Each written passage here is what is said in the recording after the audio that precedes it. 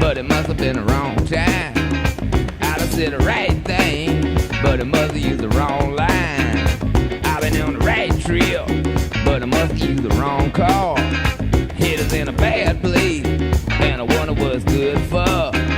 I've been in the right place, but it must have been the wrong time. My head is in a bad place, but I'm having such a good time. I've been running, trying to get hung up in my mind. This got to...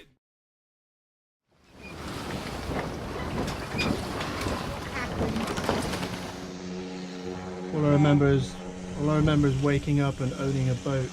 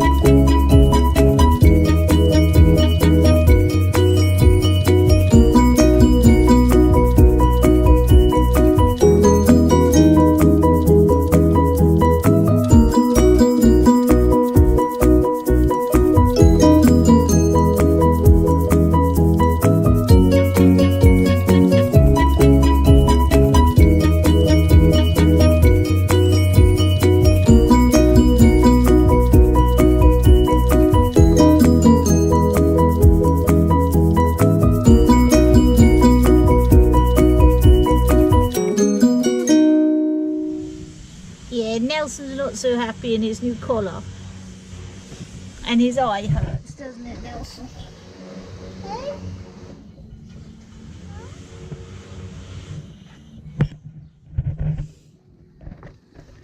But this is his new toy Squeaky that he's been loving. Thank you, Francois. What are we doing, Ian?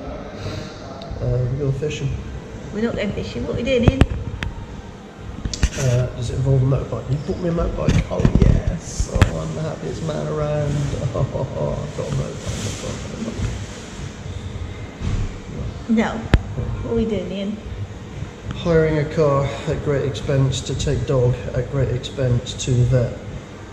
At great expense. At great expense. To see if his eye can get sorted. He's already had one thing done to it, and we're taking him back for a checkup today. So we're waiting in the reception of San Carlos back to Marina. Didn't the human version of Nelson only have one eye? Yeah, I think so. Didn't think of it like that. And a wooden leg. You're not chopping the dog's leg off. So yeah, we're just waiting for a rental car delivery.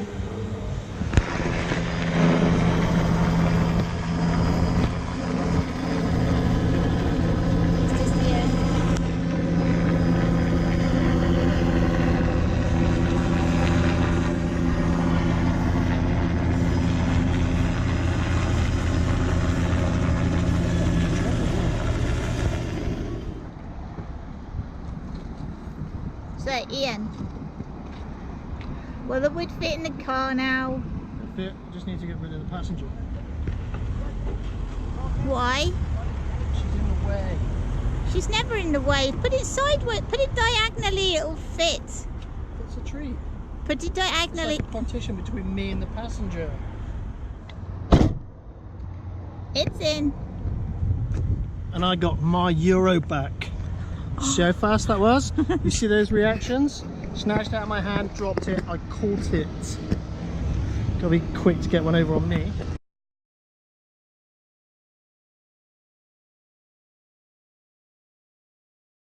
This is how you run a water-cooled fridge whilst in the boatyard. So that's the exit. So the water's coming out of the escape, goes back into the funnel, runs down the tube and into the bucket. And then the suction side of it is this hose here. If you follow this hose, it goes back into the boat. So I've created a closed loop circuit, and the water temperature is it's okay. It's not hot. It's not hot anyway. Would you swim in it? Yeah. Cool. You might be taking a shower in that later. Okay. Mhm. Cool. So yeah, it's cool. We have a fridge. It's cool. Yay! So we've got cold drinks. We'd have to keep relying on the Coke lottery machine that Which steals our money and don't give us any food. And which now only has orange Fanta or orange Aquarius left. Anyway, gotta go, got laundry to do, and we have to return our rental car. So it's, where is this? The beginning of week 7, or we've been out of the water 7 weeks. I think we've been out of the water for 7 weeks, and last night Ian very kindly, very thoughtfully decided to set up the fridge. So we now have cold drinks. Da, da, da. What are we doing today? We are making up the wooden panels that go in the bottom of the lockers, so all the crap that's on deck can go back into a locker. Yay! Yep. So what have you done? We've templated the wood that needs to be cut, and we got some wood yesterday. The bad news is that to get it in the boot of the car we had to cut it down to that size, Because we only had a Fiat Panda. and if you put it against the template It's too narrow. it's not wide enough by about 2 inches, so I have to make up pieces and add bits and stuff, but it's gonna be brilliant. It'll be amazing. Suppose what you can do, some wood glue and screws. So yeah, now we just got to make it fit. Cool.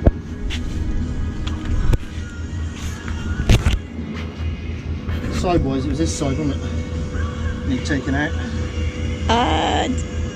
Yeah.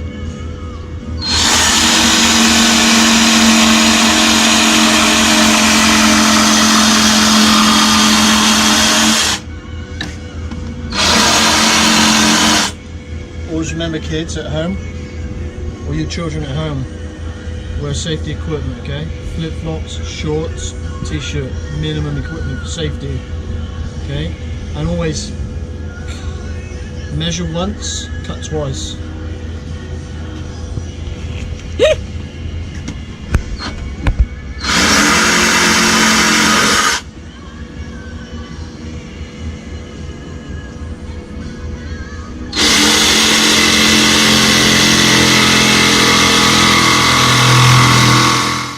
Cutting it that we don't need, so I just mimic this, make these pieces a bit longer and screw them straight into this.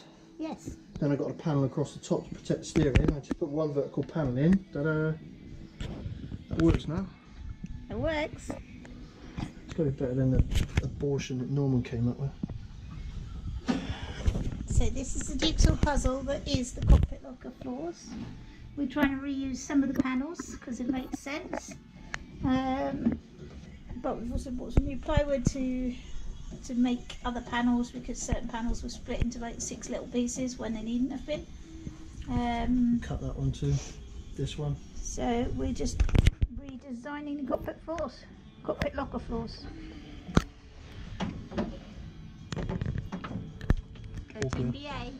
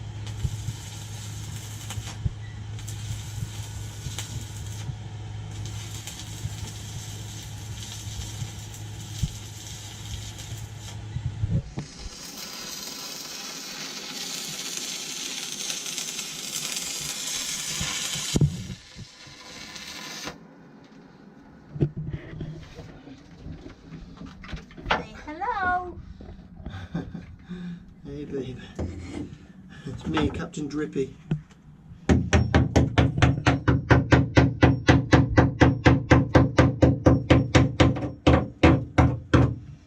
Someone let Ian loose with a hammer again.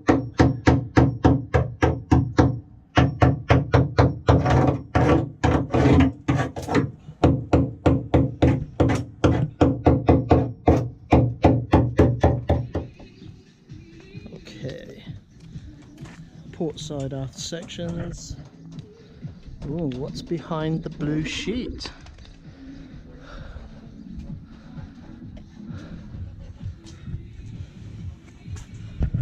Okay, so one plate already cunningly disguised, second plate in progress, third plate down there will not get any epoxy on it at all. Don't see the point. It's underwater, can't see it. So that's where we're at.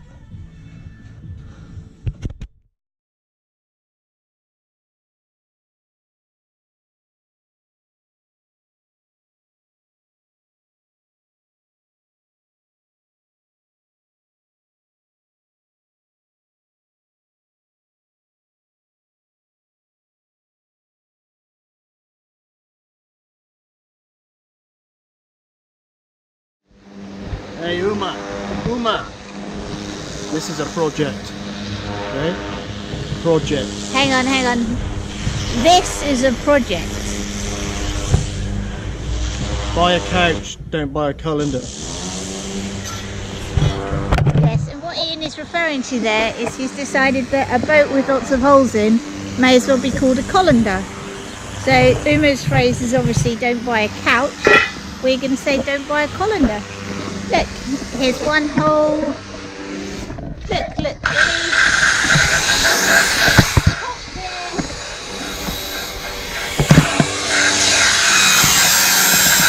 As we go around the other side, here's the other one.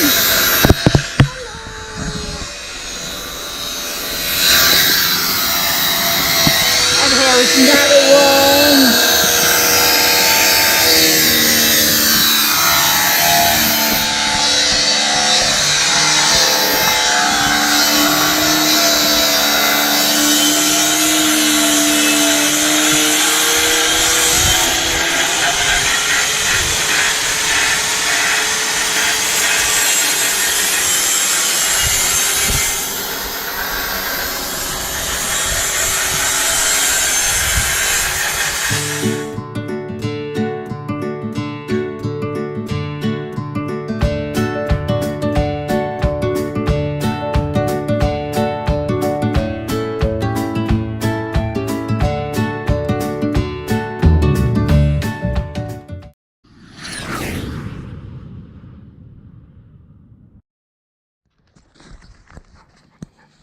Good morning, 7th of August 2018. Flying home, changing my name, one-way ticket. Ian's concerned, but I am coming back.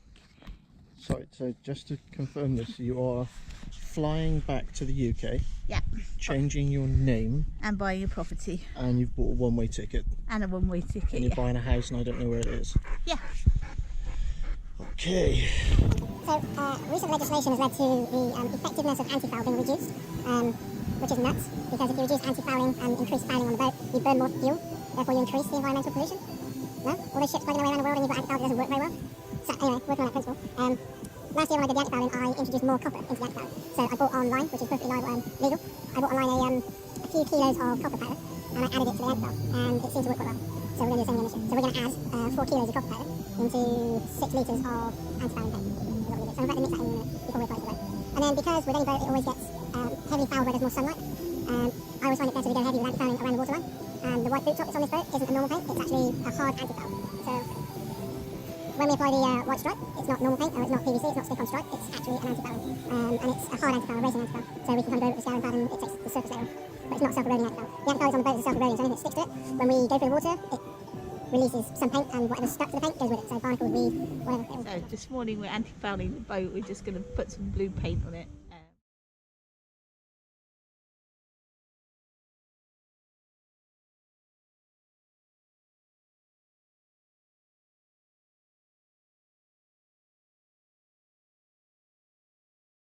Yeah, Yay, paint it.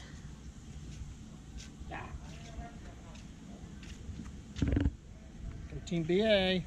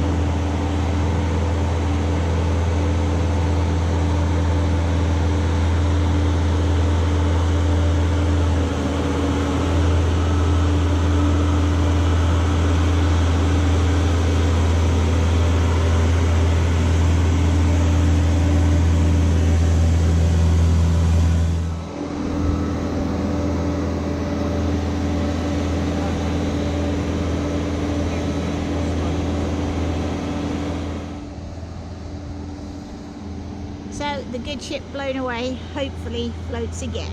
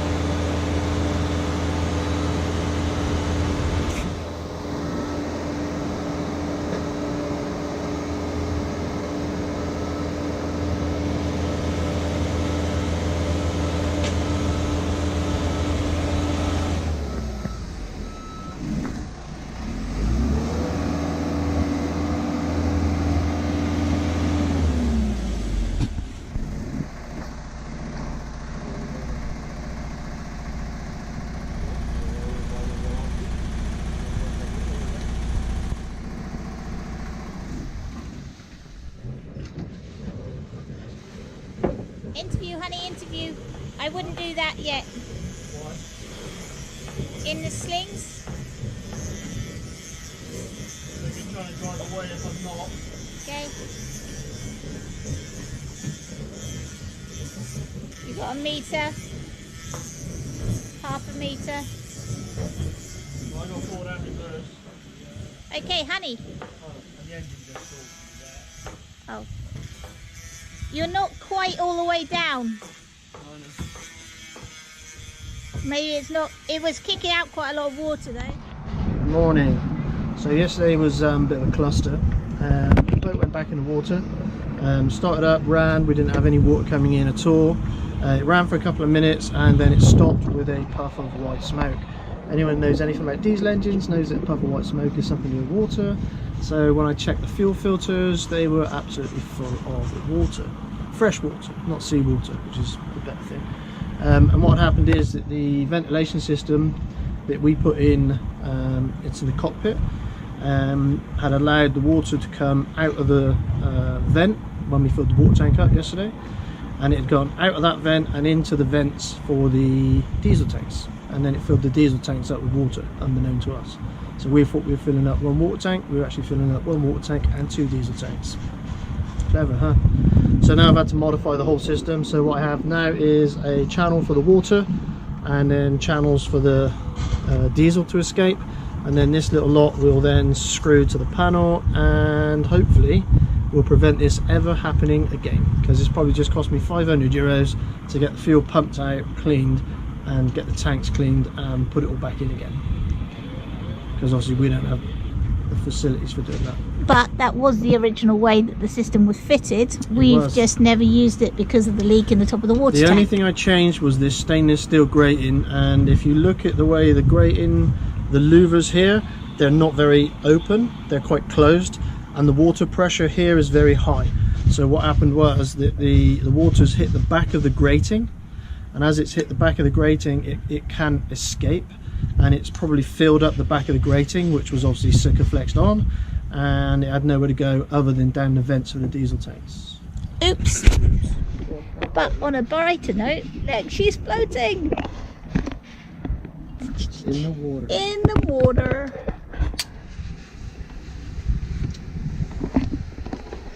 So those are the vent holes. The top one here is for the water, and these 2 are for the diesel tanks, and the other holes are just for the vent to screw on with.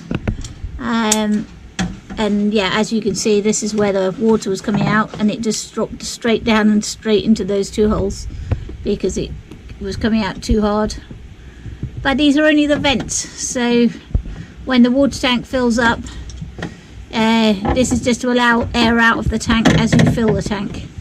But obviously a lot of water came out of these yesterday. San Carlos has very high water pressure. It does.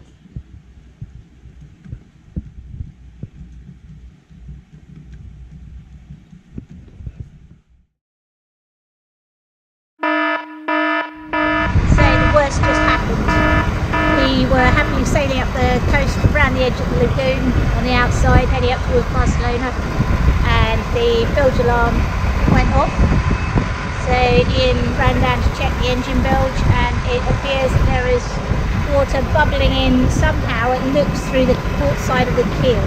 We relaunched, been sat in the lagoon for 2 days, 2 nights, no problems, no water coming in, nothing. We leave for Barcelona, and God knows, don't know, but we're heading back to San Carlos. I've asked them for an emergency lift, so we're currently going flat out, heading straight back to San Carlos.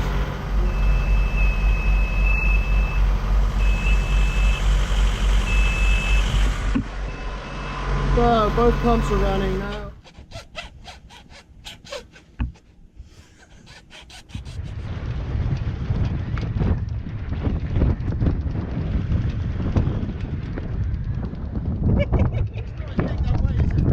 Yes, people, we are at anchor.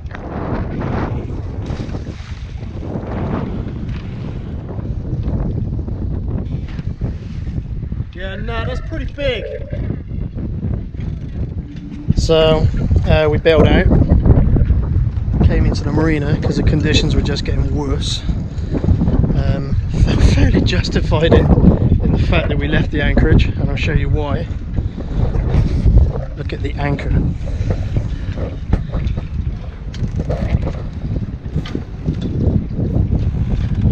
It's meant to be straight.